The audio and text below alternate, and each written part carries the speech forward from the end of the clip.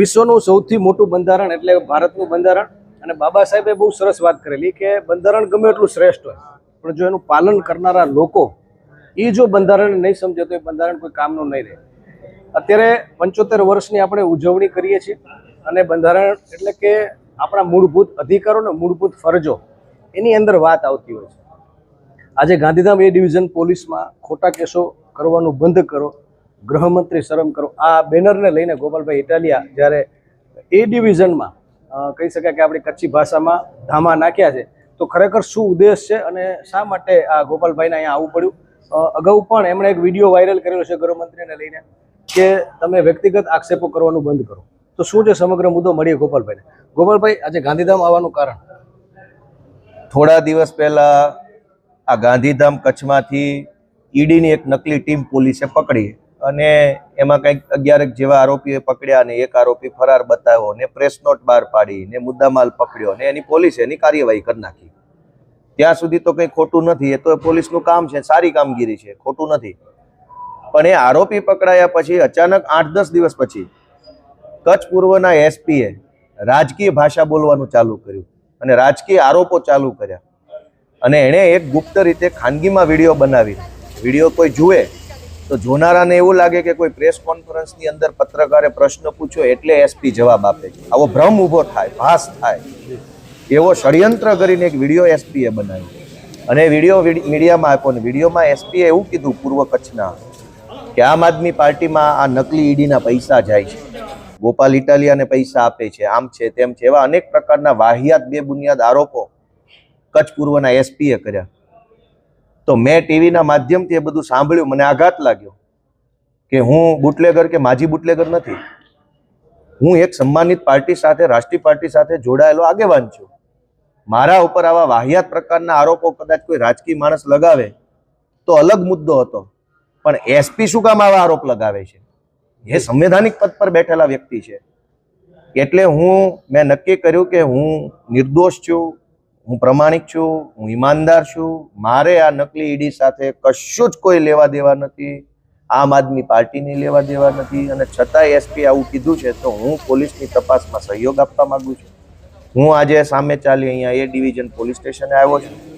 માનની તપાસ અધિકારી સાહેબને હું 2 કલાકથી વિનંતી કરું છું કે મારી તપાસ કરો, મારી પૂછપરછ કરો, મારું નિવેદન લખો, તમે જ્યાં તપાસ કરવા માંગતા હોય ત્યાં મને લઈ જાઓ અને આ નકલી ઈડી કાંડ બાબતે મારી જે ભૂમિકા હોય એની તપાસ કરો અને જો હોય તો મને જેલમાં પૂરી દો. પોલીસ તો ના પાડે છે મારું નિવેદન લેવાની. ઉલટાનું એમ કહે છે કે અમે તમને બોલાવ્યા નથી, અમે તમને નોટિસ નથી આપી. તો અમે ક્યાં એસપીને કીધું હતું કે અમારી ભાજપની લડાઈમાં વચ્ચે કૂદકો મારજો અણવર બનીને? અમે ક્યાં કીધું હતું? તમે કારણ વગરના શું કામ વચ્ચે કૂદો છો?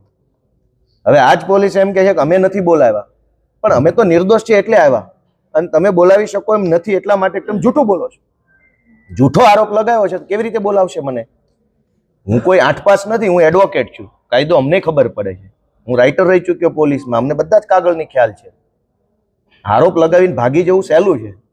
કાલ આવજો કોર્ટમાં પ્રોડક્શન રજૂ કરશો ત્યારે હું ઊભો જ સામે, ખબર પડશે કેમ જવાબ અપાઈશ ત્યાં. આપ લોના સ્ટુડન્ટ છો અને પોલીસનું? નહીં, સ્ટુડન્ટ નથી, વકીલ થઈ ગયો છું. પણ એક સમય જ્યારે ભણ્યા હશો ત્યારે એક સબ્જેક્ટ આવ્યો હશે તમને, પોલીસનું રાજનીતિકરણ. હા, તો અત્યારે એવો એક તમને ભાસ લાગે છે, એવો આક્ષેપ તમે કરો છો? એમાં છે ને ઓલો સબ્જેક્ટ છે પ્રિવિલેજ ક્લાસીસ ડેવિયન્સ, ગુજરાતીમાં કે એક સફેદ કપડામાં કે સારા કપડામાં રહેલો માણસની ગુંડાગીરી રાજનીતિ કેવી રીતે કરે છે. એમાં નેતા હોય છે, અધિકારી, બ્યુરોક્રેટ્સ હોય છે, એમાં મીડિયાનું નામ લખેલું છે, એની અંદર રિયલ એસ્ટેટના માણસો, વેપારીઓ. એ પ્રિવિલેજ ક્લાસીસ ડેવિયન્સ નામનો સબ્જેક્ટ છે. આ આપણા દેશની મોટી તકલીફ છે કે રાજનીતિમાં બેઠેલો માણસ છે એ લોકોની સેવા કરવાના બદલે કીચડ ફેંકવાનું કામ કરે છે. ભાજપ સરકારમાં છે, તમે કામ કરો ને, અમારા ઉપર કીચડ ફેંકવાથી તમને શું ફાયદો અને ગુજરાતને શું ફાયદો? અને અમારી અને ભાજપની વચ્ચે જે કાંઈ ચાલતું હોય રાજનીતિક રીતે, એમાં એસપીએ વચ્ચે હાથો બનવાની ક્યાં જરૂર છે? એસપી શું કામ ભાજપ જેવા નિવેદનો આપે છે? એસપી એનું કામ કરે, તપાસ કરે. તમે એસપીને મળ્યા છો આ બાબતે? મારે શું કામ મળવું જોઈએ એને? તો આક્ષેપ વિશે તમે ચર્ચા કરી એમની સાથે? હું તો તપાસ જેની પાસે છે હું એની પાસે આવ્યો. મારે તો ત્યાં જ જવાનું, કાયદા પ્રમાણે ક્યાં જવાનું? જે અધિકારી તપાસ કરે હું એની પાસે આવ્યો. સાહેબ મને પ્રશ્ન પૂછો, ક્યાં પૈસા લીધા, કેવી રીતે, કોણે, શું, કેમ, કરો તપાસ અને લઈ જાજો કાલે કોર્ટમાં. ગોપાલભાઈ, બંધારણના 75 વર્ષની ઉજવણી કરીએ છીએ આપણે, અને અત્યારે જે આ ઘટનાને તમે લોકશાહીની ઢબે થયેલી આખી આખી કાર્યવાહી ગણો છો કે પછી ક્યાંક ને ક્યાંક એનાથી હટીને વાત થઈ? ખોટો આરોપ લગાવે એ લોકશાહી થોડી કહેવાય. પોલીસનું કામ છે કે ગુનેગારોને પકડવા ને ગુના અટકાવવા. આ પૂર્વ કચ્છ એસપીએ કેટલા વહીવટદારોની નિમણૂક કરી છે, ક્યાં ફરે છે, કોની પાસે શું ઉઘરાવે છે, કોને નથી ખબર. મને બધા આ બધું ઘટના બની પછી મેસેજ આવવા માંડ્યા કે અહીંયા આમ ચાલે છે, આ વહીવટદાર અહીંથી લઈ જાય છે, અહીંયા આમ મળે છે, આ સીસીટીવી. કેટલા લોકોએ મેસેજ મને મોકલ્યા, મેં ઇગ્નોર કર્યા, કીધું છોડો ભાઈ, એસપી જાણે ને એના વહીવટદાર જાણે. તો એમાંથી આ જે 7 જણા પકડાય એમાં એને સત્તારભાઈને ટાર્ગેટ કરીને છે. સત્તાર માજોટી પહેલા હતા આમ આદમી પાર્ટીમાં, પણ રાજીનામું તમે લઈ લીધેલું છે. ખરેખર એ લોકોને કન્ફ્યુઝ છે. એ શું છે રિયાલિટી?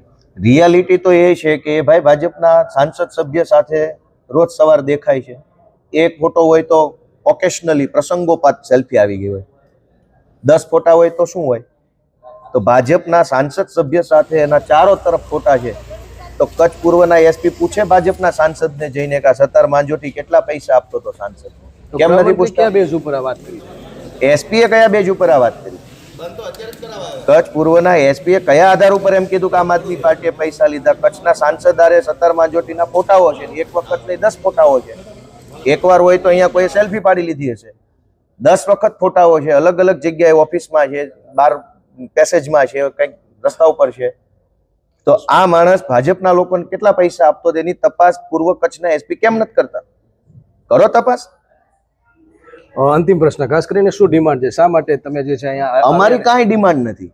અમારે એટલું જ કહેવું છે કે અમારી તપાસ કરો. અમે આવી ગયા છીએ, અમને પ્રશ્ન પૂછો, અમારું નિવેદન નોંધો, અને આ ઘટનામાં જ્યાં કંઈ પણ અમારું કંઈ આવતું હોય, નામ, સરનામું, હાથ પગ, એની તપાસ કરો, લેખિત કરો, અને કોર્ટમાં કાલ લઈ જાઓ. એટલે દૂધનું દૂધ ને પાણીનું પાણી કરીએ. હવે તો તપાસ કરવાની ના પાડે છે. તો સત્યાગ્રહ કેટલો સમય ચાલશે? સત્યાગ્રહ સત્યનો વિજય ન થાય ત્યાં સુધી અને અસત્યનો ધર્મમૂળથી નાશ ન થાય ત્યાં સુધી ચાલતો રહેશે. તો મિત્રો, ગોપાલભાઈ ઇટલે એ ડિવિઝન ગાંધીધામમાં આવ્યા છે અને એમણે જાતે પોતાને કહી ચૂકી એમ સરેન્ડર કર્યું છે કે ભાઈ મને પૂછા કરો, કારણ કે હું એક આમ આદમી પાર્ટીનો નેતા છું. ઘણા બધા લોકો અહીંયા ભેગા થયા છે. સ્થાનિક એક ને લઈ લઈ, કારણ કે આ આખો જે મુદ્દો જે છે સત્તારભાઈ માજોટીને લઈને કદાચ હોઈ શકે છે. શું નામ આપનું? મારું નામ નિલેશ મહેતા છે. નિલેશભાઈ, આ જે સમગ્ર ઘટના બની છે એમાં સત્તારભાઈ માજોટીના નામને લઈને આ આખી વાત ચાલી રહી છે. સત્તારભાઈ માંજોટી 1 વર્ષ પહેલા અમારી પાર્ટીમાંથી અમે એમને ફ્રી કરી નાખ્યા છે. જી. અને હાલ એવા સમાચાર મળ્યા છે કે તેઓ મોદી સાહેબના ખાસ નજીકના ગણાય છે એવા પાસવાન સાહેબની પાર્ટીમાં એ છે હાલના તબક્કે. તો એસપી સાહેબે જે અહીંયા આરોપ લગાવ્યા છે અમારા ઉપર, એ તદ્દન પાયાવિહોણા છે. અમે એનો પૂરજનક વિરોધ કરીએ છીએ. અને એસપી સાહેબ યા તો આજે ગોપાલભાઈ આવ્યા છે, યા તો તમે એમનું નિવેદન દો, યા પછી તમે ખુલાસો આપો કે ભાઈ મારાથી નામ ભૂલથી લેવાઈ ગયું છે. બેમાંથી એક કરો, કાંઈક તો કરો. મિત્રો, ભારત લોકશાહી દેશ છે ને, સમગ્ર વિશ્વમાં લોકશાહીને વખાણવામાં આવે છે. અમેરિકા જેવા દેશમાં પૂર્વ રાષ્ટ્રપતિ, એટલે હવે તો રાષ્ટ્રપતિ છે, હમણાં ટ્રમ્પને પણ જો પાર્ટી પકડાવી શકતી હોય ત્યાંની પોલીસ, ત્યાંની કોર્ટ, તો ભારતમાં આવો કડક કાયદો જે છે, બંધારણ તો મજબૂત છે જ, પણ જે વળી પાછું બાબા સાહેબને યાદ કરીશ કે બંધારણને જે માનવાવાળા લોકો જે છે એ ઈમાનદાર હશે તો જ આ બંધારણ ઉપયોગી થશે. બાકી ગમે એટલું બંધારણ મોટું હોય, અમેરિકાનું બંધારણ સૌથી નાનું છે, તેમ છતાં તેના રાષ્ટ્રપતિને પાર્ટી પકડવાનો વારો આવે છે. અહીંયા આ છટકબારી ઘણીવાર થતી હોય છે, એવા આક્ષેપો થતા હોય છે. ત્યારે લોકોની એક માંગ છે કે બંધારણની જ્યારે ઉજવણી થઈ રહી છે 75 વર્ષની, ત્યારે સાચા અર્થમાં ગુનેગારને સજા થવી જોઈએ, અને જે નિર્દોષ છે એને જે છે એ ક્યારે પણ સજા ન થવી જોઈએ. અને ફરી એકવાર જ્યારે એડવોકેટની વાત છે, હું પણ LLMનો સ્ટુડન્ટ છું, એટલે એક વાત ચોક્કસ કહીશ કે પોલીસની એક ડાયરીમાં લખેલું છે કે કદાચ આરોપી લોકો જે છે કદાચ 100 જણા કદાચ છટકબારી થઈ જાય, પણ નિર્દોષ એક વ્યક્તિને પણ સજા ન થવી જોઈએ. તો આ નિર્દોષ લોકોનો અવાજ જે છે સરકાર સુધી પહોંચે એ માટેનો કદાચ આ પડઘો હોઈ શકે છે.